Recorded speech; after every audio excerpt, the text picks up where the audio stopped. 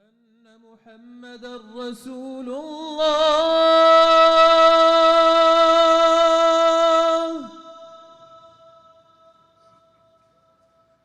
أشهد أن محمدا رسول الله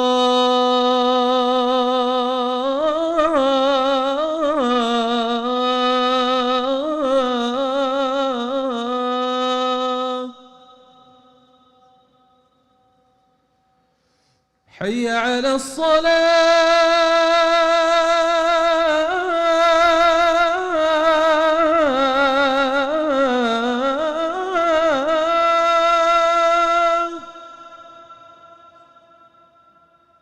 حي على الصلاة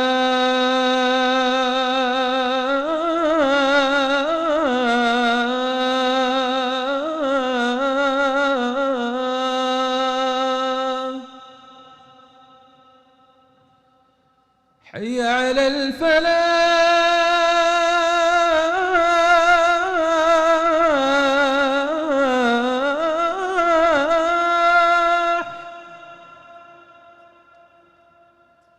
حي على الفلاح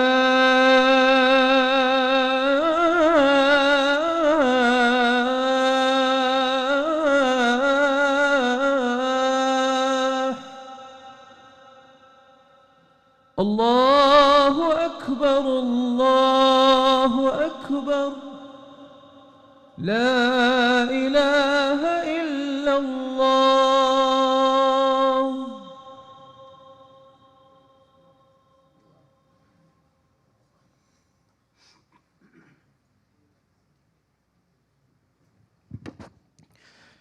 الحمد لله رب العالمين والعاقبة للمتقين ولا عدوان إلا على الظالمين وأصلي وأسلم على الرسول الأمين وآله الطاهرين وأصحابه الأكرمين يا أيها الذين آمنوا اتقوا الله حق تقاته ولا تموتن إلا وأنتم مسلمون يا أيها الناس اتقوا ربكم الذي خلقكم من نفس واحدة وخلق منها زوجها وبث منهما رجالا كثيرا ونساء واتقوا الله الذي تساءلون به والأرحام إن الله كان عليكم رقيبا يا أيها الذين آمنوا اتقوا الله وقولوا قولا سديدا يصلح لكم أعمالكم ويغفر لكم ذنوبكم ومن يطع الله ورسوله فقد فاز فوزا عظيما أما بعد I want to tell you guys a story, and this is a very important story, and maybe it's a story that we're all familiar with. It's a story that we're all familiar with. So the story is of a Muslim brother and a Muslim sister. They got married. And this Muslim brother, mashallah, he is very active in the community. He donates to the masjid. He comes for Salat al-Fajr. He prays 5 times a day. He has a long beard, mashallah. He's very active in the community. He's even got a mark on his forehead because of how much sujood he makes, mashallah. The sister, mashallah, she wears hijab, she wears niqab. They're very involved in the community. And they got married. And you know, they've been trying to have a child for a while, and eventually Allah blesses them with a child. What's her name? Maybe her name is Fatima. Maybe her name is Sarah. Maybe her name is Zaynab. You know, let's just call her Zaynab. Okay, this is just an example. I'm not trying to highlight anybody, so anyone named Zaynab is just an example. Let's call her Zaynab. Zaynab is so sweet and cute, mashallah. She's a sweet little child, right? You know, whenever they bring Zaynab to the family gatherings, she's a center of attention. Everybody wants to hold her. She's such a sweet child. And you know what? The mom and dad, they love their daughter so much. They love her so much. And they give her everything that she needs. Zaynab grows up, and she's never short of anything. Anything she wants to eat, any time she wants to go to the park and play, mom and dad, they take her. And they bring her to the masjid as well, right? They bring her to the masjid, right? They put on a cute little hijab for her when she's 4 years old. And as she gets older, they give her a phone. They give her a smartphone, okay? They give her tablets. She's playing all of these games. She's online. She's watching videos. She's watching cartoons, Coco Melon, this and that, right? She's having a great childhood. She then starts going to school. Oh, and also, mom and dad, they also put her in Quran class, right? Now, the family, they may be from Pakistan, Bangladesh, Guyana, wherever they're from. They find a teacher from back home who doesn't speak much English, and they have this teacher teach their child, teach Zaynab Quran. So Zaynab, she knows, she's very good tajweed. She learned from a very young age. She can read Quran very well. But you know what? Mom and dad, they don't teach her anything. Mom and dad at home, they just keep talking about their family problems, right? They spoil her rotten. They give her whatever she needs. They love her so much. She's daddy's little girl. But you know what? Daddy never teaches her anything. Zaynab grows up, she knows that she's a Muslim. Okay, she knows she's a Muslim. She knows she wears hijab because they've been putting it on her head since she was 4 years old, taking her to the masjid. She's part of a very religious family. Zaynab grows up, her parents, her dad, spends his hard-earned money putting her in Islamic school. MashaAllah, we need to bring our kids in a good environment. Okay, she goes into Islamic school, she finishes elementary school. And like most Islamic schools, it doesn't matter how good the school is, kids get affected more by the friends they have in school. And Zaynab, she comes from a religious family, but the friends she hangs out with, they got like crazy families. They got a lot of stuff going on, and the friends are telling her, and she's starting to follow them. But of course, when Zaynab comes home, she doesn't show any of that to mommy and daddy. Of course not, right? Because they're going to be like, oh my God, where'd you learn this? Why are you saying this word? And then she has to explain that she heard it from one of her classmates. Of course, a lot of kids, they live double lives, right? They have one personality at school and a totally different one at home. So Zaynab, Zaynab, remember, she's still a Muslim, right? She's still a Muslim. Zaynab then goes to middle school. She's got her smartphone. She's watching social media like everybody else. And you know what? Zaynab, she starts to say that, I'm Muslim, but I'm not religious. Very common for young people to say this. I'm Muslim, but I'm not that religious. My parents are religious. Zaynab grows up. One day in high school, somebody asks Zaynab online, whoever she's chatting with on Discord says, hey, why are you a Muslim? She says, well, you know what? Because my parents raised me as a Muslim. And most of the youth, okay, when you ask them, why are you a Muslim? Okay, they say, oh, because I'm raised as a Muslim. Same thing the Jews and the Christians and the Buddhists and atheists and whoever else, same thing they're going to say. So somebody asks Zaynab on Discord one day, one of her online friends, right, asked her that, hey, why are you a Muslim? She says, oh, because I was raised as a Muslim. Okay, all right.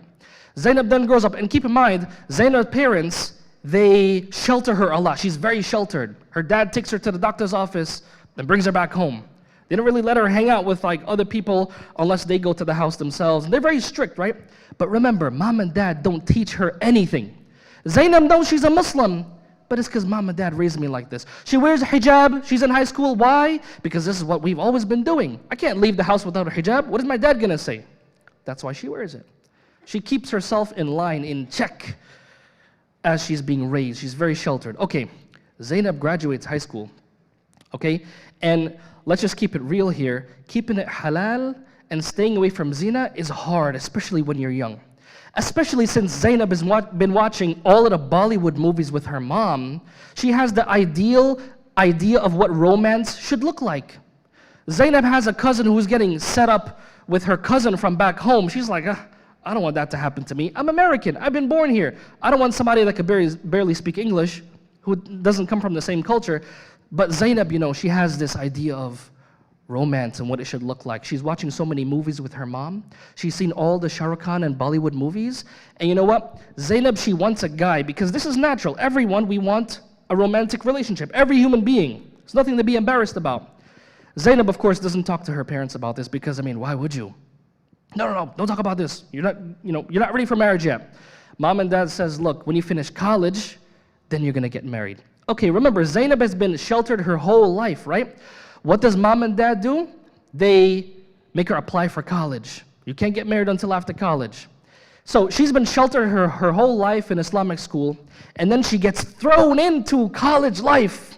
There's parties happening. Nobody is Muslim who she's hanging out with. Now she's hanging out with all of these different people, and it's a big culture shock. Now Zaynab, remember, when someone asked her why she was Muslim, what did she say? She said, oh, because I was raised as a Muslim. Okay? Now, basically, she's Muslim because of her environment growing up. Now she's in a different environment. And as we all know, when you're in the environment of non-Muslims, it's uncomfortable to wear the hijab. They're going to ask you, don't you feel hot in that? Right? What, really? Ramadan, you're going to starve yourself all day? Don't you ever get thirsty? They look at you weird. Okay? Zaynab, her classmates are doing Secret Santa. Right? And then they come and say, hey, Zaynab, look, we're doing Secret Santa, right? We're all going to exchange gifts. It's just a gift. Zaynab is going to look weird if she says no. But remember, she's just Muslim because her parents raised her as Muslim. She's in a new environment. It's okay. This is not a big deal. It's just a gift, right? Okay. She then does all of these different things. Now, in the midst of all of this, Zaynab, she meets a non-Muslim guy. And he's really handsome. And the situation is happening like he's asking her to hang out. It's happening just like the Bollywood movies she watched with her mom, right? It's happening exactly like that. It's like, it's actually happening for me. That's what she thinks. Now, she's like, oh my God, what am I gonna do? She starts a romantic relationship with this non-Muslim man. And it's like she's really invested in this guy and she really wants to get married to him and be with him, but she knows her parents are not gonna go for it. So Zaynab, eventually she graduates college, and then there's a big rift that happens between her and her parents. Eventually she takes off the hijab, she leaves her family, and of course, like she was daddy's little girl, being provided by her father and mother all her life, of course when romance comes into the question, she runs away with that guy. Daddy's little girl runs away with this guy. Of course, this is what kids do, right? Oftentimes they're very ungrateful. So she runs away with this guy, takes off her hijab, and then she goes aside and she lives away. Why? Because she's 20 years old now. She could do whatever she wants. She's free. All right. Now this story, as I said, it's a story that we all know, right? Zaynab, Fatima, whatever the name is, this is a story that we commonly know of. Now, I'm going to mention a couple problems that we as the community, as the Muslim community have when it comes to a story like this. Number one is that some family members, okay, Zaynab, she ran away, right? She's living with her non-Muslim boyfriend and they're doing who knows what, right? She's living her life. Family members, they're gonna say, oh my God, subhanallah, Zaynab was such a good girl. Zaynab changed so much. She was just at the sister's halaqah a couple years ago and look, subhanallah, look, right? She ran away and is she even a Muslim anymore? That's what people say. They say, oh my God, Zaynab changed. She changed. Well, you know what? Most likely she didn't really change. Most likely, when she was in her father's house at 13 years old, 14 years old, 15, 16, 17, and she was going to the sister's halaqah and wearing the hijab and all of this, compared to how she was when she eventually ran away, people think that she changed. But you know what? She didn't really change much. In most cases, a story like this, she doesn't really change much. The same mentality that she has that makes her run away and do all that stuff when she's 20 years old is really the same mentality that she has when she's 14, 15, 16. But of course, there are no opportunities to act upon it like the opportunities that arise when she's 20 years old. She's still a girl. She's in her father's house. What is she going to do? She may not even want to wear the hijab, but what is she going to do? Come out of the house without her hijab? What is her father going to say? Zaynab, in most cases, a situation like this, she's the same exact person. She's the same exact person. In most cases, she didn't change. All that changed was that now she got freedom, she's an adult now, and she has opportunities. Had she had those opportunities, maybe she would have done the same thing at 14, 15, 16. But of course, she's not going to tell her parents that. Of course not, right? So that's the first misconception. People say, oh, she changed. But you know what? In most cases, she was the same exact person, right? The same view she had about Islam when she's 20 years old is really the same view she had about Islam when she's 15. Why? Because I'm just a Muslim because mom and dad raised me as a Muslim. We do all of these things. We go and we have iftar and we're hungry all day because we fast, and then we do this, we go there, and it's all just a bunch of practices that we do. Number two, the second problem that we have with a situation like this as a Muslim community is that in a lot of cases, the father and the mother, they feel betrayed. She ran away with a non-Muslim guy. Oh my God. You know what? As the father, what I'm going to do? I'm going to disown her. I'm going to call her on the phone and say, you know what? You're not my daughter anymore. You've disgraced our family. Are you even a Muslim anymore? And he disowns her. Okay? And that obviously makes the situation even worse. Zaynab was like, well, okay, you're going to disown me? Fine, right? Just go your way, I'll go my way. It doesn't make the situation any better. But so the father can feel better about himself and really show his daughter that he is not going along with her lifestyle, he's going to disown her. You're not my daughter anymore. He cuts off all relationships with her.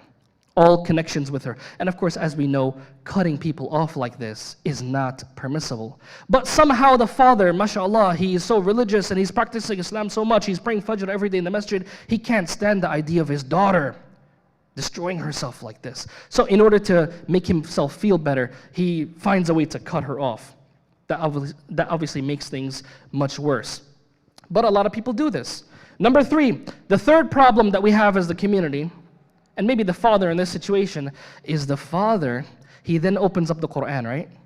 And he reads the story of Lut alayhi salam. And Lut alayhi salam, as we know, was betrayed by his own family, his wife. Lut alayhi salam called his people to Allah, and his own wife disbelieved in him. The father, he then reads the story of Nuh alayhi salam. Nuh's own children, his own son disbelieved in him. And Nuh alayhi salam, his own wife disbelieved in him. And you know the brother, the father, after his daughter has run away, right? He is listening to the Quran in Taraweeh. He's hearing these stories. He's reading the stories in the Quran he reads every day. And he says, subhanallah, see, it's not something new. Even the prophets went through this. Even the prophets lost their kids. Subhanallah. You know, I'm just like Lut alayhi salam. I'm just like Nuh alayhi salam. And he fools himself.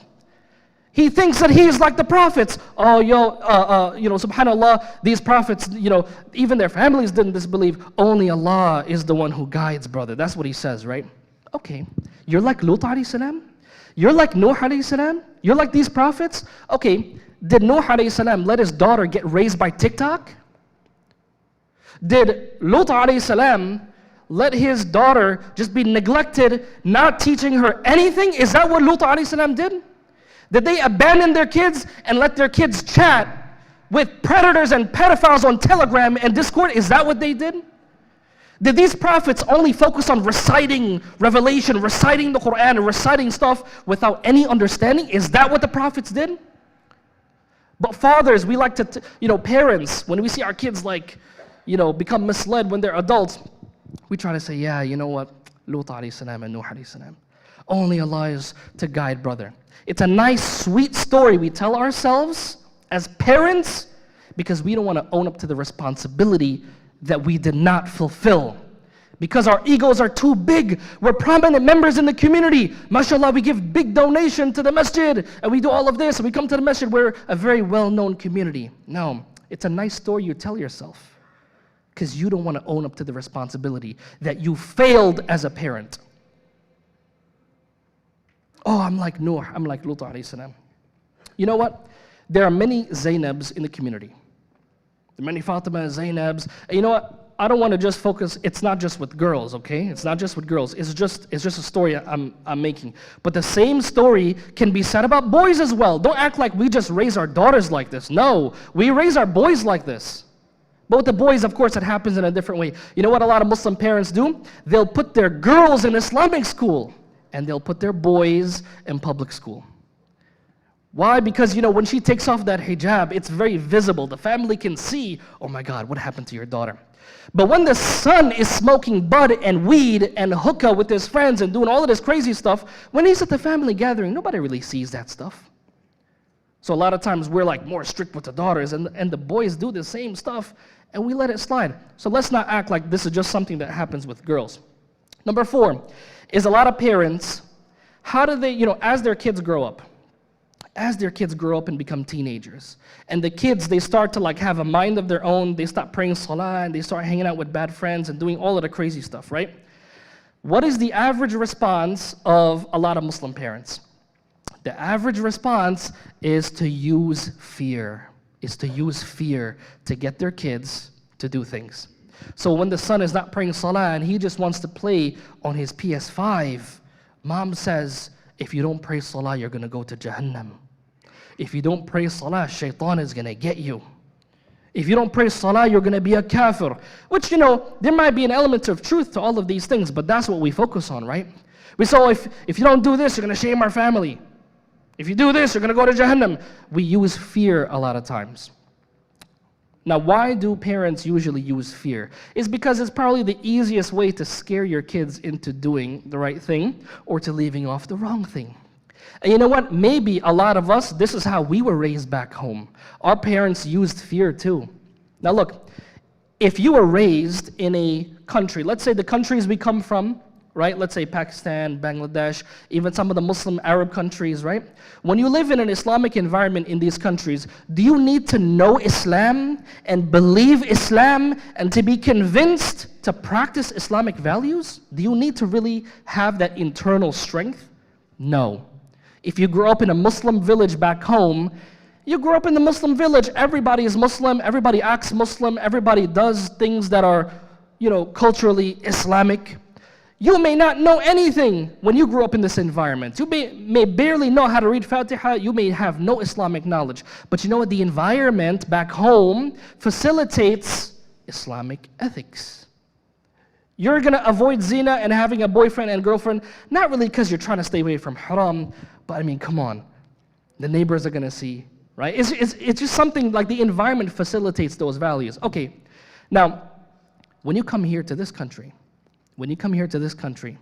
are your kids going to be raised in an Islamic village like what you had back home?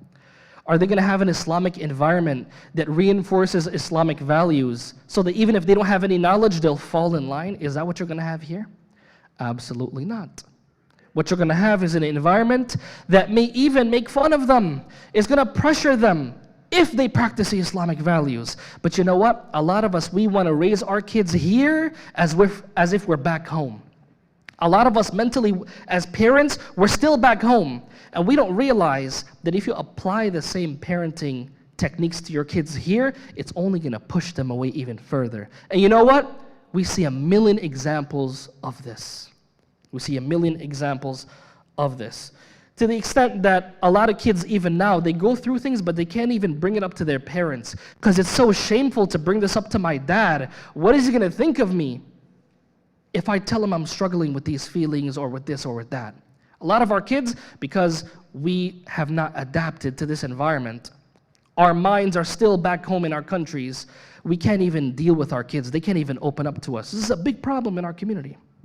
So if you're going to come here, from wherever you're coming from, you better know the environment you are bringing your kids in. You better know the environment. It is wajib on you. It is an obligation on you to know the environment and know what you are getting yourself and your kids into.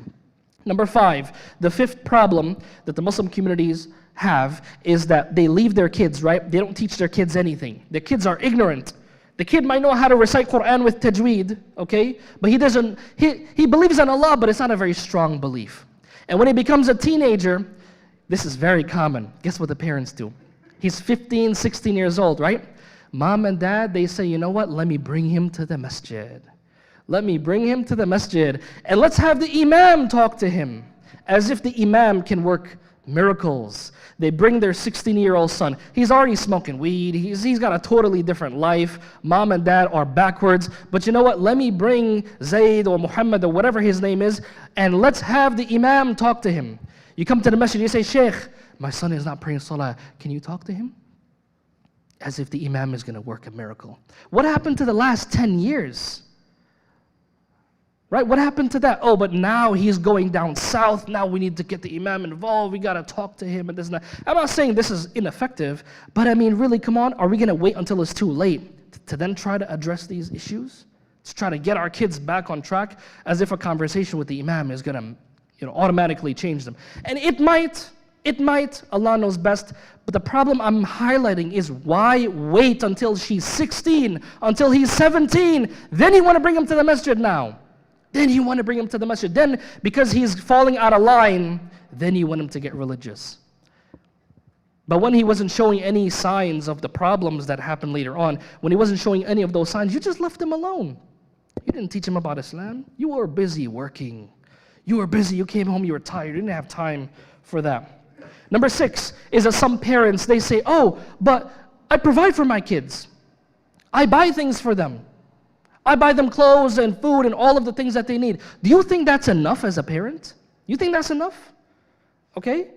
When Allah Azza wa Jalla, He says, قُوا أَنفُسَكُمْ وَأَهْلِيكُمْ نَارًا. When Allah Azza wa Jalla commands us to save ourselves and our families from the fire, you think it's enough just to buy milk and eggs and groceries for your family?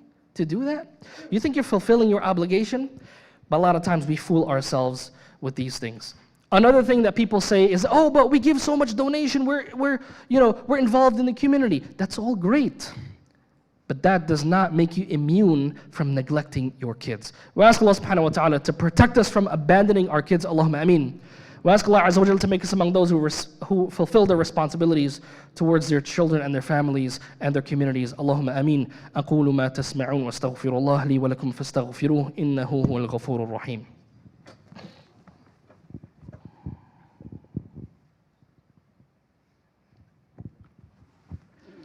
الحمد لله وكفى وصلاة الله وسلامه على عباده الذين اصطفى وبعد. Now look, a lot of things that I'm mentioning, I'm sure it affects probably every Muslim family here. Okay, if it doesn't affect us directly and our children, well, maybe we have a sibling and he's falling into a lot of the things that we mentioned today with his families. Let's mention some solutions, inshallah, right? How do we fix this problem? Right? How do we fix this problem? You might have small kids and this khutbah is making you afraid. And it should make you afraid. Because a lot of us, we're very lax. We just leave our kids and expect that they're just going to become religious, just like we were when we were raised back home. But you know what? In most cases, it doesn't happen like that. It's hard work. You got to put in that work. And of course, put your trust in Allah. So what are some solutions? Number one is you need to teach your kids. You as a parent, I'm not saying you have to be a scholar, but you got to teach your kids. You have to make Islam part of your household. You got to talk about it. Okay, I know you got so much going on with work and this and that, but you need to bring Islam into the house. You can't just expect the masjid to do it or the Islamic school to do this. You as a parent, you have to talk to your kids about Islam. You have to teach them. But we as a community, what do we love to teach our kids? Quran. Look, no doubt about that. Memorizing the Quran is great. But is memorizing the Quran the ultimate priority? For a lot of Muslim families, getting your kid to memorize Quran is really just a trophy we can show to other families. So when we're at the family gathering, the auntie, she can say, oh, look, my son just memorized Quran, mashallah. So that you can say we have a hafiz in the family.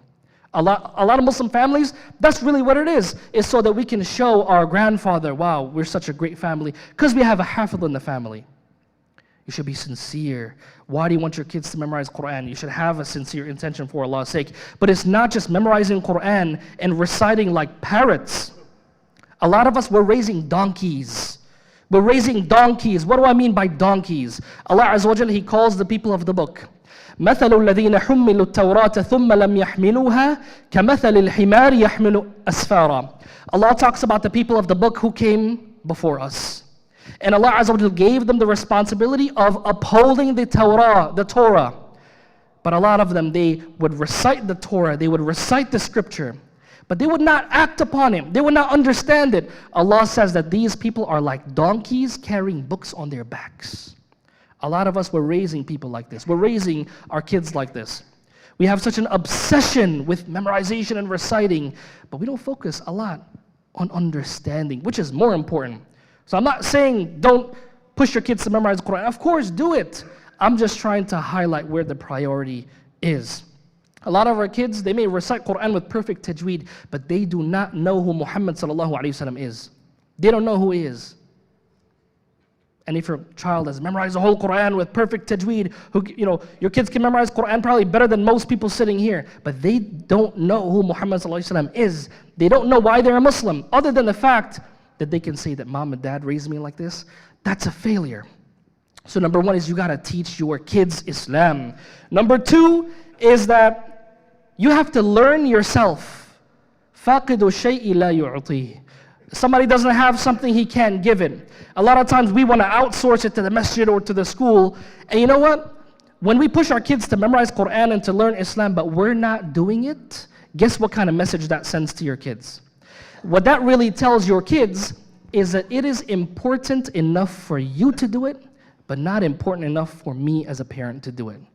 You send a double standard, a message of double standards to your kids. So you need to learn yourself. And I'm not saying you got to be a big sheikh or a big scholar. No, learn the basics. Learn the basics of your deen, the basics that everybody should know. And then teach what you know to your kids. Teach what you know to your kids. You don't have to be a big scholar in order to raise your kids correctly. Number three, not only do you have to teach your kids, but practice it yourself. Practice Islam yourself. Islam is not just something that's a graduation ceremony. We wear nice clothes and we come on Eid. We come for Jumu'ah. We provide iftar at the masjid. That's not just what Islam is. Islam is practicing it in your home. Being a Muslim, being consistent. It's like some parents, they'll watch a movie with their kids. And when the dirty scene comes on, mom and dad, they quickly look at their children. And the kids, they start to cover their eyes. Right? The mom and dad, they make sure their kids are covering their eyes. But the kids can look on the side and they can see the mom and dad, they're not covering their eyes. What does that tell you? What kind of message does that send to your kids? The message is a message of hypocrisy. That's what that message is that you send to your kids. The message is that it's haram for you to look at because you're young.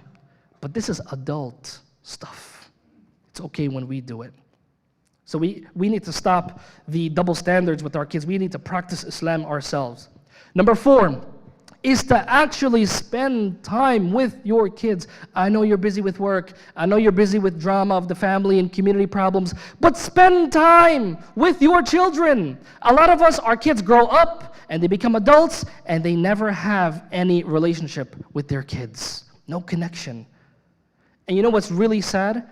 You know, we spoke about the fact that you have to teach your kids. You know what's really sad? When you have parents who have Islamic knowledge, but they don't teach their kids. At least if the parents are ignorant, okay, they're ignorant, they'll try their best. But imagine, I know of some people, they're sheikhs, they have knowledge, they graduate from Islamic universities, and they don't teach their kids anything. And I'll tell you a really sad story. I met one sheikh one time, and his son was there. You know, we started talking about knowledge and this and that, right? And the son, he was very eager to seek Islamic knowledge. His father is a big sheikh. And the son, he's a teenager, right? I say, look, your dad is right there. Ask him, right? He graduated from this university. He's giving these lectures and all of this stuff. Ask your own father. You know what he told me? He told me something that broke my heart. He says, you know, brother, he says, my dad doesn't teach me anything. My dad doesn't teach me anything. That big sheikh, oh, he's traveling here, he's doing this, he's doing that, he's an international big sheikh speaker, right? But his own son, he says, my dad doesn't teach me anything. Number 5, point number 5, is that doing all of the stuff, doing all of the solutions is not a guarantee that your kids are going to be guided. Because some of you might be thinking that, okay, brother, even if we do all of what's in the book, even if we are perfect parents, it doesn't mean that our kids are going to be guided. Of course. Of course it doesn't mean that your kids are going to be guided. Nuh alayhi salam, Lut alayhi salam, their families were misguided. But you know what? When you do everything in your power, you do your responsibility on the day of judgment, at least you can say to Allah that you did what was in your power. You fulfilled your responsibility.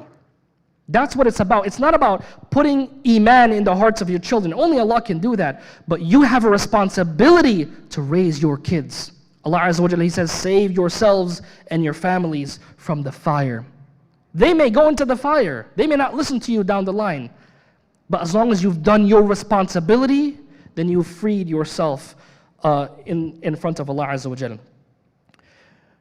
Number 6 is that if you have failed with your children, and maybe some of us, we failed with our kids. Some of us are sitting here right now, you're like 50 years old, your son is like 30 years old, and he's like left Islam, and he's, basically you've done all of the wrong things that we spoke about today. What do you do in that case? Sometimes it's too late to start raising them. Sometimes it's too late. But you know, the worst thing you could do is to cut them off and sever that relationship and disown that child because of your lack of responsibility towards that child. That's the worst thing you can do. Some of us, we think that's the responsibility. I'm not talking to my son anymore. Why? Because he is a Christian or he's this and that. No, it's not permissible to cut off ties no matter what. So if you failed your kids, maintain that relationship. And you never know what advice you give them will affect them. And last but not least, continue to make dua for them.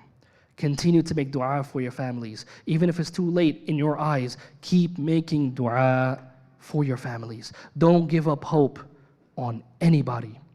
Constantly make dua for your children, for your parents, for your families. We ask Allah subhanahu wa ta'ala to forgive us all. Ameen.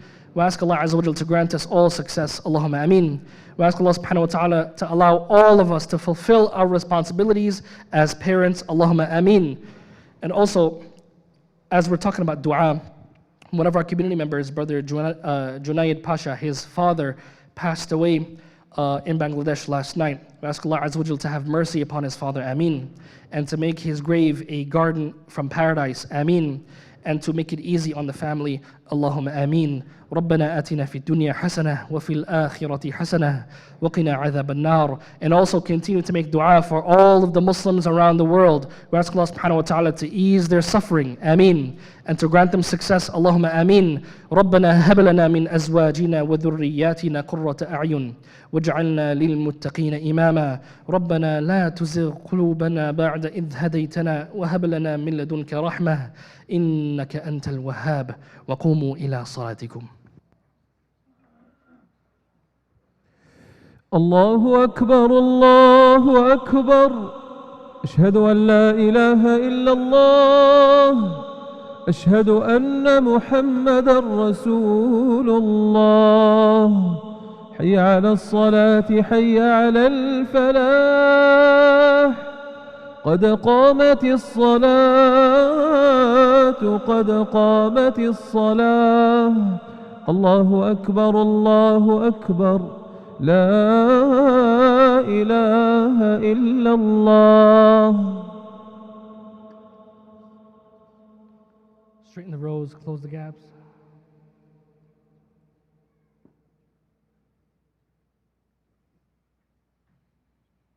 If you see an open spot in front of you, move up. Close the gaps in front of you. If you see a gap opening up, move up. Don't wait for somebody else. Fill in the gaps, straighten the lines.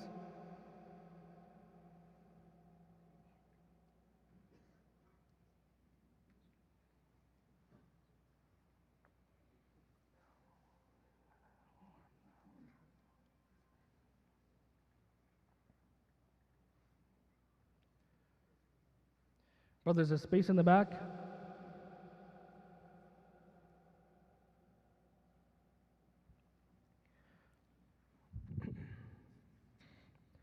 Allahu Akbar.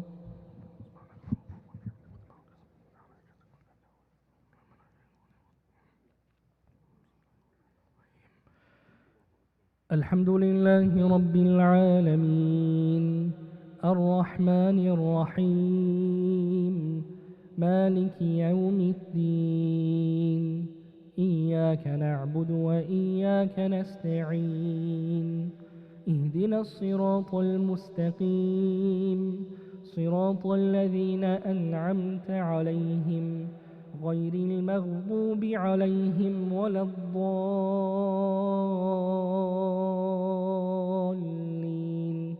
آمين.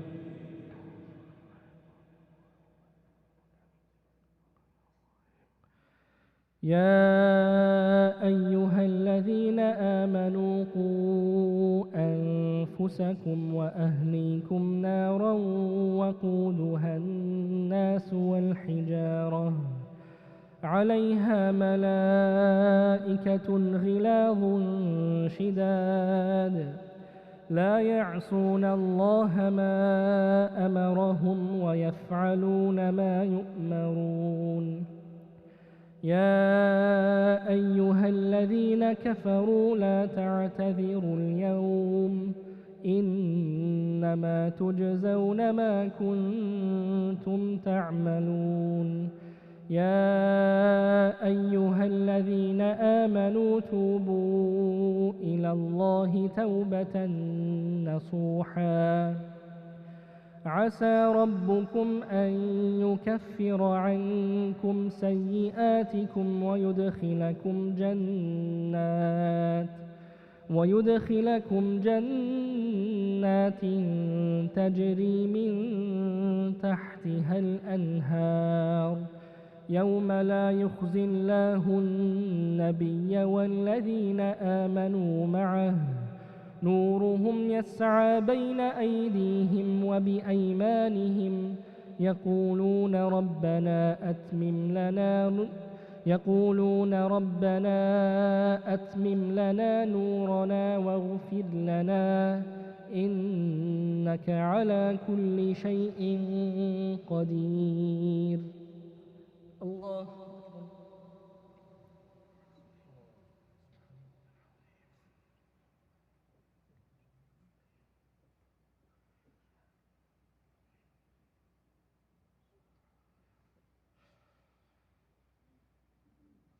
سمع الله لمن حمده.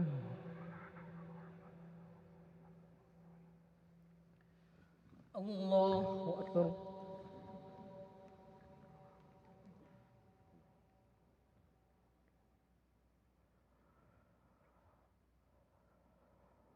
الله أكبر.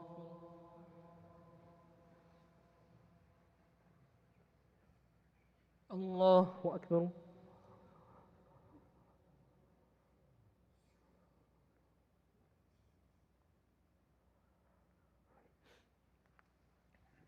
الله أكبر. الحمد لله رب العالمين الرحمن الرحيم مالك يوم الدين إياك نعبد وإياك نستعين اهدنا الصراط المستقيم صراط الذين أنعمت عليهم غير المغضوب عليهم ولا الضالين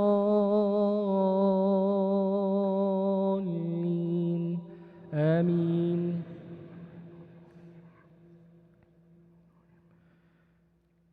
يا أيها النبي جاهد الكفار والمنافقين واغلظ عليهم ومأواهم جهنم وبئس المصير. ضرب الله مثلا للذين كفروا امرأة نوح وامرأة لوط كانتا تحت عبدين من عبادنا صالحين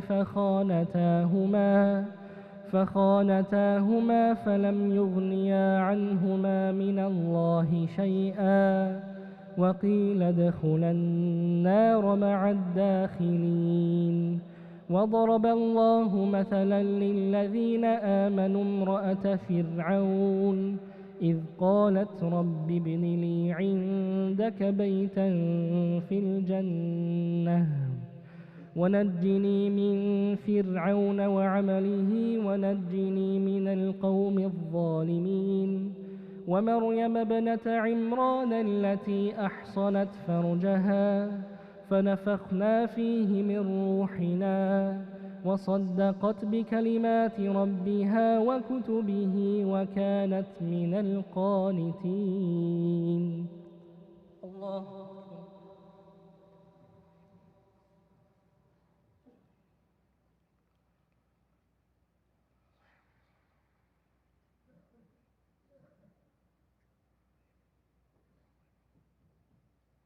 سمع الله لمن حمده.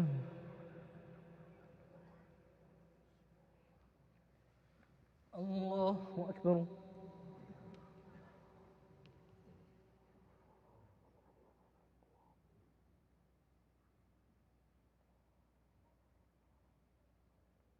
الله أكبر.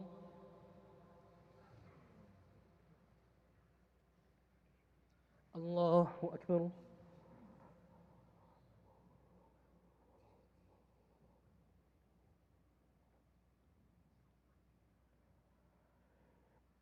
الله أكبر.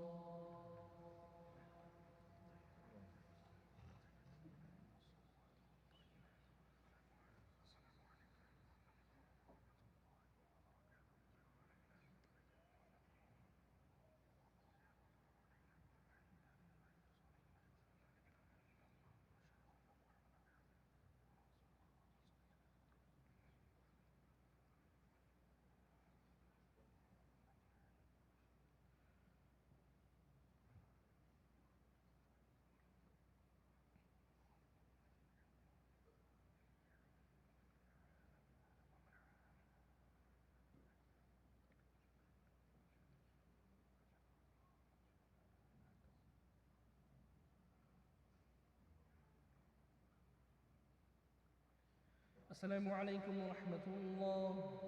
السلام عليكم ورحمة الله.